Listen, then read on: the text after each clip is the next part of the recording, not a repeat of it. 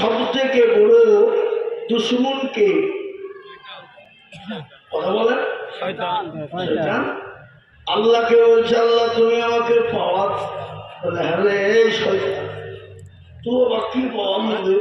বলে আল্লাহ তুমি আমাকে এমন একটা পাওয়ার দেবা যে তোমার প্রত্যেকটা বান্দা বান্দিকে আমি জাহান্নামে নিয়ে যেতে জানে পারি। তো আল্লাহ বলে যা তোকে পাওয়ার দিয়ে দিলাম, যা তোর। শয়তান একবারে দায়িত্ব পেয়ে মনে ভাবছে আমি বহুত কিছু দায়িত্ব পেয়ে গেছি, আর কোনো টেনশন না। কিন্তু ওই শয়তান পৃথিবীর এমন কোন জায়গা ছিল না আল্লাহর হুকুমের সেজদা দেয়নি। নিজের বল ঠিক না? আল্লাহ কায়দা কৌশল করে একটা কাজ করলো, কিন্তু মাও কিন্তু কোনোভাবেই মাথা মতো করলো না। আল্লাহ বলছে যা তো কার থেকে শয়তান বানিয়ে দিলাম। তো আল্লাহকে বলছে আল্লাহ তুমি যখন শয়তান আমাকে করিয়ে দিলি তো আমাকে পাওয়া দাও। তো যা কি পাওয়া যাবে?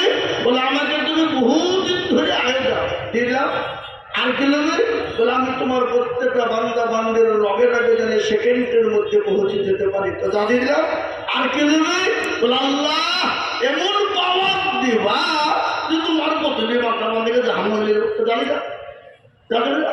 শয়তান একবারে দায়িত্ব পেয়ে মনে করছে কি হয়ে গেলাম। আল্লাহ বলে এদিকে আয়। হবা কেন? বলে ধর আমার বান্দা 100 বছর বেঁচে গেল, 99 বছর গুনাহ করলো, থাকলে কত বছর? এক বছরের মধ্যে 11 মাস গুনাহ করলো, থাকলো ক মাস? এক মাস। এক মাসে 29 দিন গুনাহ করলো, থাকলো কদিন? একদিন। একদিনে 23 ঘন্টা গুনাহ করলো, থাকলো ক ঘন্টা? 1 ঘন্টায় আল্লাহর দরবারে হাত দুটো তুলে দিয়ে বলে আইয়ুহাল্লাযীনা আমানু তুবু ইলাল্লাহি তাওবাতান নাসুহা।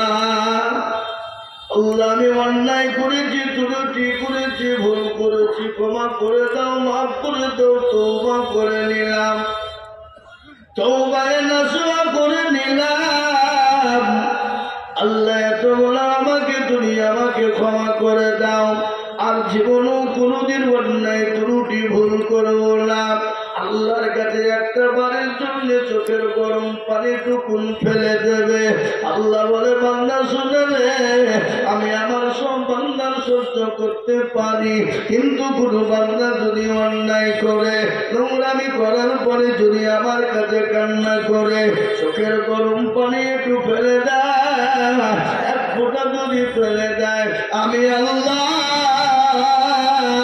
আমার ওই বান্দার 99 বছর 11 মাস 29 দিন 23 ঘন্টার গুনাহ যত গুনাহ আছে আমি 1 ঘন্টার মধ্যে ক্ষমা করে দিই। সুবহানাল্লাহ। আল্লাহ এত বড় জানালো, অথচ সে আল্লাহ কাজকে আমরা চিনি না রে বাবা। আল্লাহর হুকুম পালন করতে পারি না, আল্লাহর দিনকে মেনে নিতে পারি না, আল্লাহ রাসূলের তরিকাকে মেনে নিতে পারি না।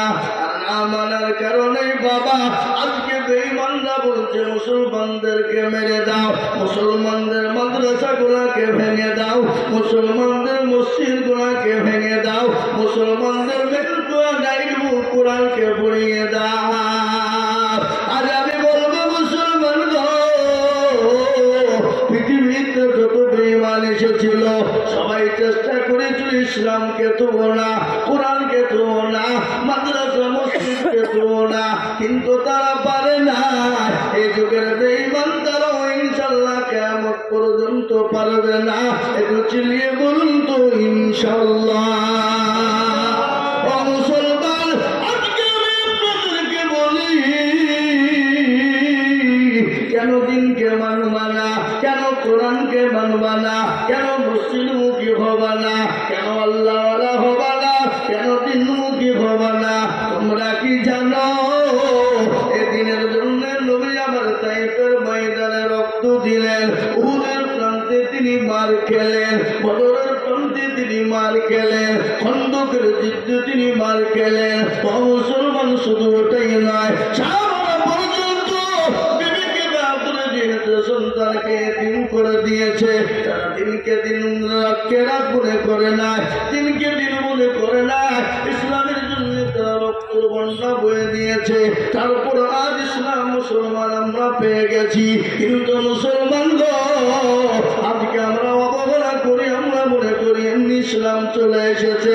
না না না, ইসলামের জন্য রক্তের প্রয়োজন হয়েছে, ইসলামের জন্য বিবিকে বা করতে হয়েছে, ইসলামের জন্য ছেলেকে এতিম করতে হয়েছে। আপনারা জানেন সকলেই মুতাররমতে নবী সাল্লাল্লাহু আলাইহি ওয়াসাল্লাম ওই রোমান সৈন্যের সঙ্গে যুদ্ধ করার জন্য নবী তৈরি করলেন সেনাপতি। কয়জন?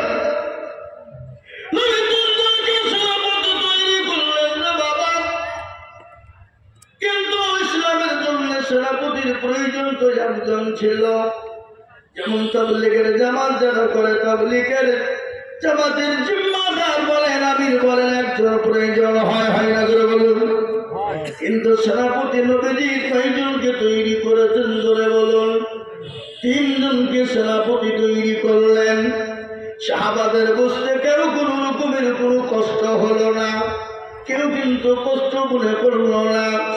3 জন বুঝতে পেরেছে যে না, সেনাপতির জন্য তো একজন সেনাপতির প্রয়োজন হয় যাদের ময়দানে।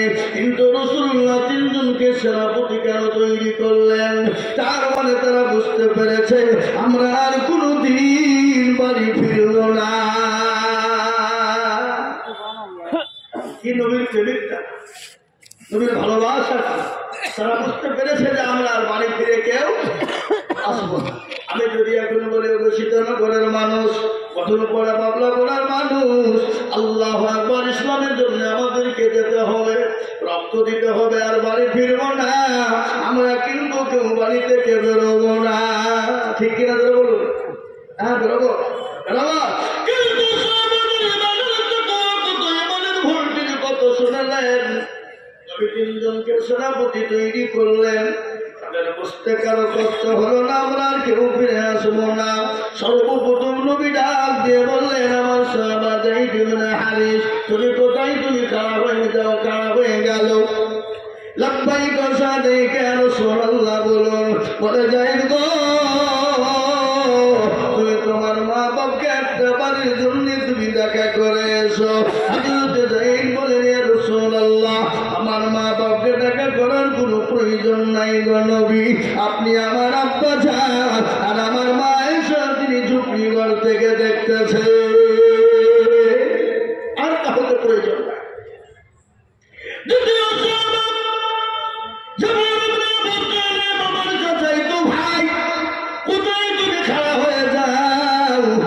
তিনিও খাড়া হয়ে গেলেন।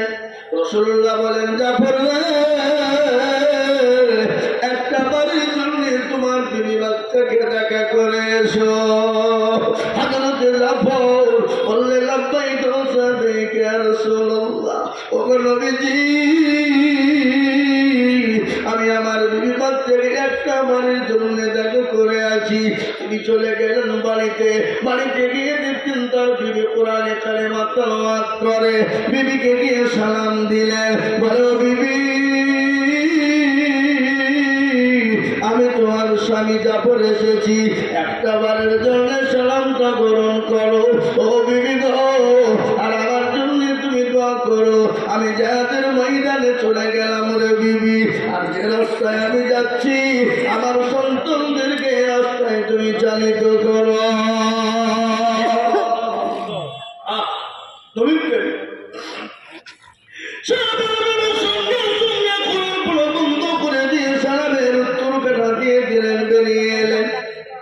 আসার পর হাতটা তুলে দিয়ে বলছিলেন, আলম, আমার স্বামী জাফরকে তুমি আমার বুকে তুমি ফিরিয়ে দিও গাজী করে আল্লাহ। সঙ্গে সঙ্গে জাফরের হাতে ছিল অলঙ্ঘা তরবারি, বিবির হাতের উপর একটা আঘাত করে দিল, দিয়ে বলে, বিবি রে,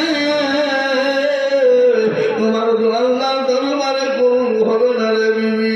বলে, কেন? আমার আগেও একজন সেনাপতি রয়েছে, আমার পরেও একজন সেনাপতি রয়েছে রে বিবি, আমি কেমন জিহাদের ময়দান থেকে আর বাড়ি ফিরবো না।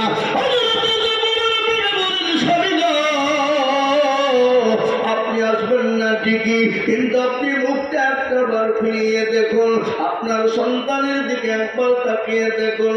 হযরত জাফর বলে, বিবি রে, আমি যদি একবার সন্তানের চেহারার দিকে তাকাই, আমি জাফর জাহাজের ময়দানে যেতে পারবো না, আমি আল্লাহর দরবারে, নবীর দরবারে আমি সাক্ষী দিতে পারবো না।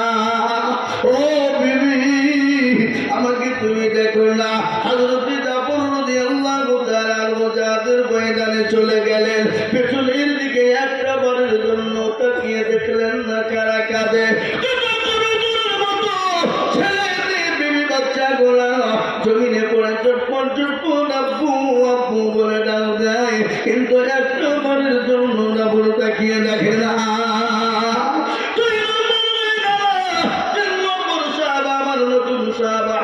আব্দুল্লাহ ইবনে রাওহা, যিনি নতুন বিবাহ করেছে পুরুষোত্তর রাত, ও মুসলমান সেদিন বছর রাত। হযরতে জাফর, হযরত আব্দুল্লাহ ইবনে রাওহা তার বিবিকে সুন্দর, তার চেহারা কেন ভালো করে দেখে নাই। বাড়িতে গিয়ে দেখে বিবি কুরআন তেলাওয়াত করতেছে। সুবহানাল্লাহ। কুরআন আমরা বাড়িতে গিয়ে হঠাৎ করে যদি দেখি বিবি কুরআন পড়ে, এখন তো আমাদের বাড়িতে গিয়ে দেখি বিবিরা মোবাইল চালায়, নাকি বলেন? এই যে মোবাইল, অ্যান্ড্রয়েড, ওদের সিরিয়াল নিয়ে পাগল। ও মা বলে নাও, কান খুলে শুনে নাও। হযরত আব্দুল্লাহ ইবনে রাওহা বাড়িতে গেলেন, নতুন বিবাহ হয়েছে, পুরুষত্ব হয় নাই রে বাবা। ও মুসলমান গো, দরদি বিবিকে গিয়ে সালাম দিলেন, বিবিকে সালাম দিয়েছেন, বিবি সালামের উত্তর দিয়ে দিল, আব্দুল্লাহ ইবনে রাওহা এসেছি, আমার সালামটা একটা বারের জন্য না, আর আমার জন্য তুমি একটা বার দোয়া করো রে বিবি। আমি জাহাজের ময়দানে চলে গেলাম, ও বিবি আমার সঙ্গে তোমার দেখা হবে না। হযরত আব্দুল্লাহ ইবনে রাওহার বিবি বলেন, স্বামী গো, কেবল নতুন বিবাহ হলো, ফুল সজ্জা হয় নাই গো স্বামী, আপনি আমার চেহারা কেন এখনো পর্যন্ত দেখেন নাই? আমি আপনার চেহারা কেন ভালো করে দেখতে পাই নাই? ও গো স্বামী, খোদার কসম করে বলি, আমি মদিনার এক সুন্দরী হুর, আমি এত সুন্দরী একজন মদিনার হুর, আপনি একটা বারের জন্য আমাকে দেখা করেন গো স্বামী।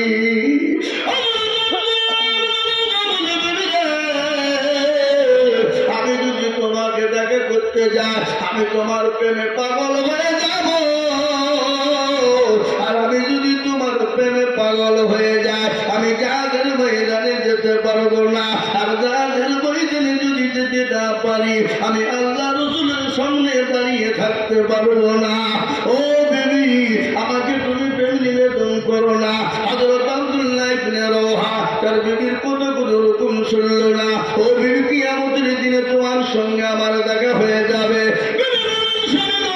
আমি আপনাকে কিয়ামতের ময়দানে কি করে দেখতে পাবো?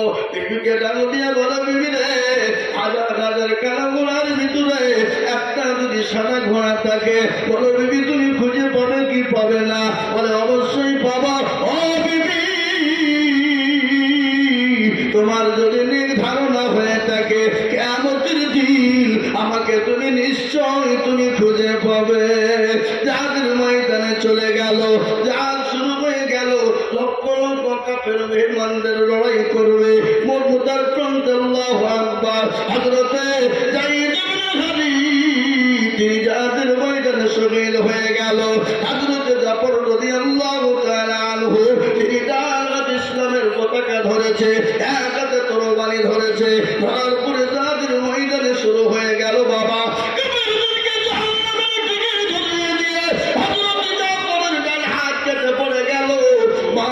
কেটে পড়ে গেল, ডান পা কেটে পড়ে গেল, বাঁ পা কেটে পড়ে গেল, শুধু গর্দানটা আলাদা হয়ে গেল। ইসলামের জন্য কলমা কল গর্দান হাত পা সব দিয়ে দিল, কিন্তু ইসলামের জন্য ধানটা কিন্তু মাটিতে পড়তে দেয় না, দা দিয়ে চিবিয়ে খাড়া করে রেখেছে।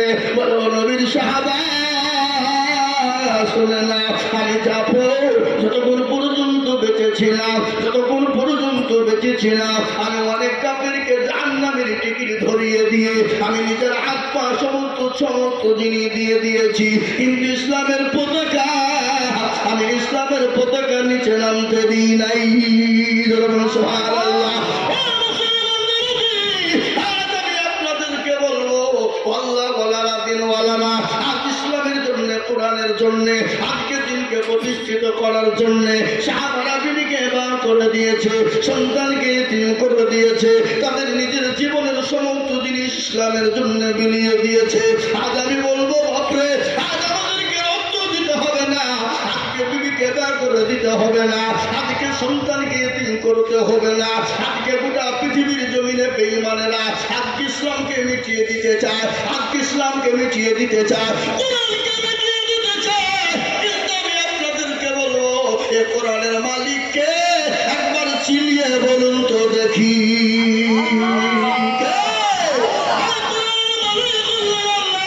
আল্লাহ নিজেই বলেছে, ইন্না নাহনু নাযালনা যিকরা ওয়া ইন্না লাহু লাহাফিজুন। কেউ যদি কোরআনের হেফাজত না করে, আল্লাহ নিজেই বললেন কোরআনের মালিক আমি আল্লাহ, আমি কার দ্বারা কিভাবে হেফাজত করব? আমি আল্লাহ যারা পৃথিবীর জমিনে কেউ বলতে পারবে না।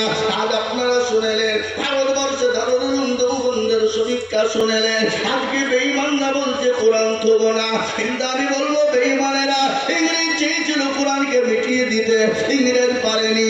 এই যুগের বেঈমান তারা চাইছে কোরআন থবে না, কাগজের কোরআন নিয়ে নিবি নে।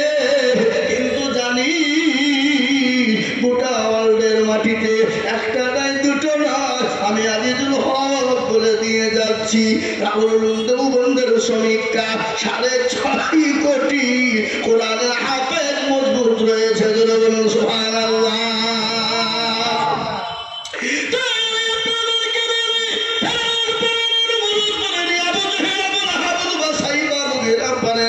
এই যুগের বেঈমান তারাও পারবে না। একবার হাতটা উঁচু করে দিয়ে বলুন তো ইনশাআল্লাহ। অনেকে মনে মনে গেছে, দেখো এবার আইডি করেছে লাইনে গেছে,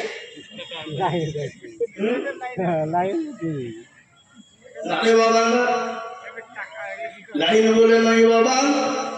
আমি আপনাদেরকে আসল তথ্য নিয়ে যাই বলে যাই, শোনালেন।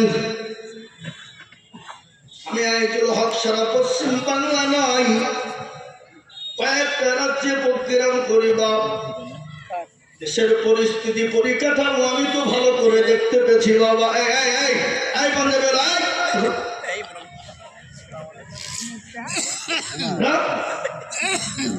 জানাইছে নাকি মুখ, এই যে মুখ থেকে ঘুরে বেড়াচ্ছে সব বলবে মা, দেখবেন যারা ওই মুখ থেকে ঘুরে বেড়াচ্ছে মনে হচ্ছে এখনো করোনা আছে।